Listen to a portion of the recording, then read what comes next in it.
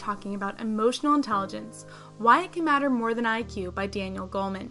To help us understand emotional intelligence, Goleman writes, in a sense we have two brains, two minds, and two different kinds of intelligence, rational and emotional. How we do in life is determined by both. It's not just IQ, but emotional intelligence that matters. So you can be the smartest person in the room, but if you can't control your temper and work well with others, or you're plagued by anxiety and fear, you can only go so far. Self-awareness is the foundation of emotional intelligence. Have you ever said, I'm so upset, I can't think straight? That's because our emotions are very powerful and have the ability to disrupt our rational mind. Our thoughts, feelings, and behaviors are all bi-directional, or in other words, they influence each other. If I'm thinking bad thoughts, I will be in a bad mood. If I'm in a bad mood, it impacts my behavior and my reactions to others. How many times have you had to apologize for overreacting, saying, sorry, I'm just in a bad mood?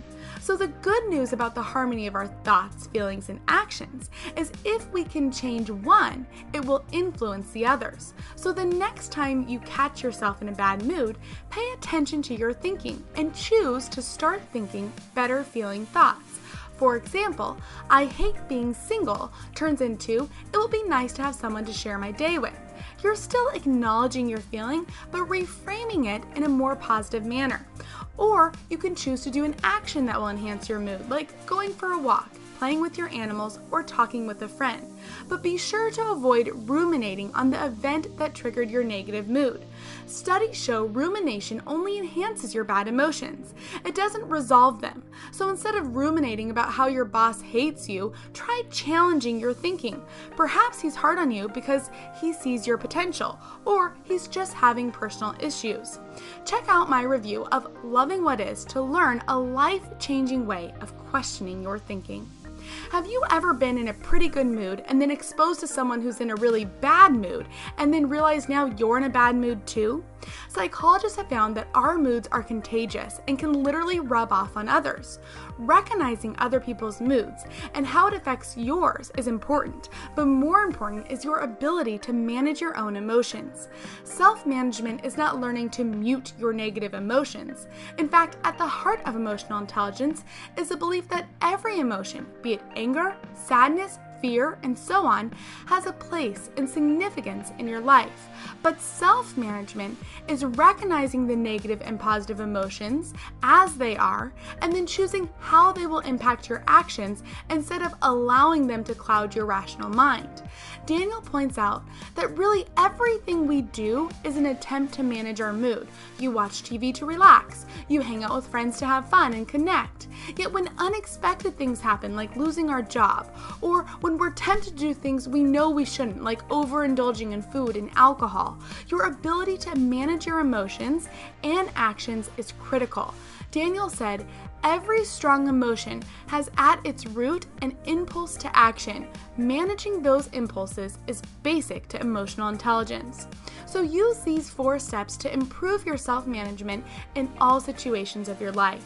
Step 1 is question your intentions, preferably before you act, but you can also do it afterwards. Step 2 is thinking through the benefit of your actions. Step 3 is thinking through the negative impact of your actions. And step 4 is analyzing if the action is worth doing or repeating, and if there's any other way you can still get the benefit without the negative consequences. For example, you flirted with your married coworker. Step 1 is asking yourself, why did you do it? Maybe you just thought that she was pretty and you wanted to feel wanted. Step 2 is, what is the benefit? Was it to boost your self-esteem? Step 3 is, what is the negative consequence? Perhaps you're compromising your job, your reputation, and your coworker's marriage. And step 4 is, does the positive benefit justify the negative consequence of your behavior? And is there something else you can do to boost your self-esteem that doesn't carry the same negative consequences?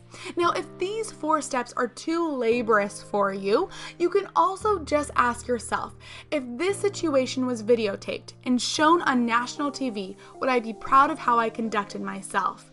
If not, how can I modify my behavior to make myself proud? Now, this line of thinking leads me to social awareness. The trick about being socially aware is in our ability to get out of our own heads and into the present moment. How many times have you been in a conversation and then you realize you have absolutely no idea what the other person just said because you were thinking about how to respond to them? See, we want others to think favorably of us, and that causes us to become overly concerned with making a good impression. Yet while we're busy thinking about ways to prove our worth, we're sending cues to the other person that they aren't important to us. See, even if you were perfect, it doesn't guarantee that people will like you. We can all think of somebody that we have been envious of, yet we didn't really like. That's because people like us for the way we make them feel about themselves, and we like people for the way they make us feel about ourselves. So social awareness is about focusing on the other person, noticing their nonverbal cues, and being more concerned with understanding them than you are about proving anything about yourself.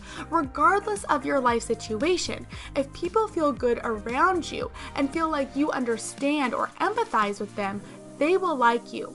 For more on increasing your emotional intelligence in interactions with others, check out my review of how to win friends and influence people. The road to successful relationships starts with a self-acceptance and understanding so that you may get out of your own way and start accepting and understanding others. Let's end with a quote from Daniel. The problem is not with emotionality, but with the appropriateness of emotion and its expression. The question is, how can we bring intelligence to our emotions and civility to our streets and caring to our communal life? Thank you for joining me, and you make it a great day.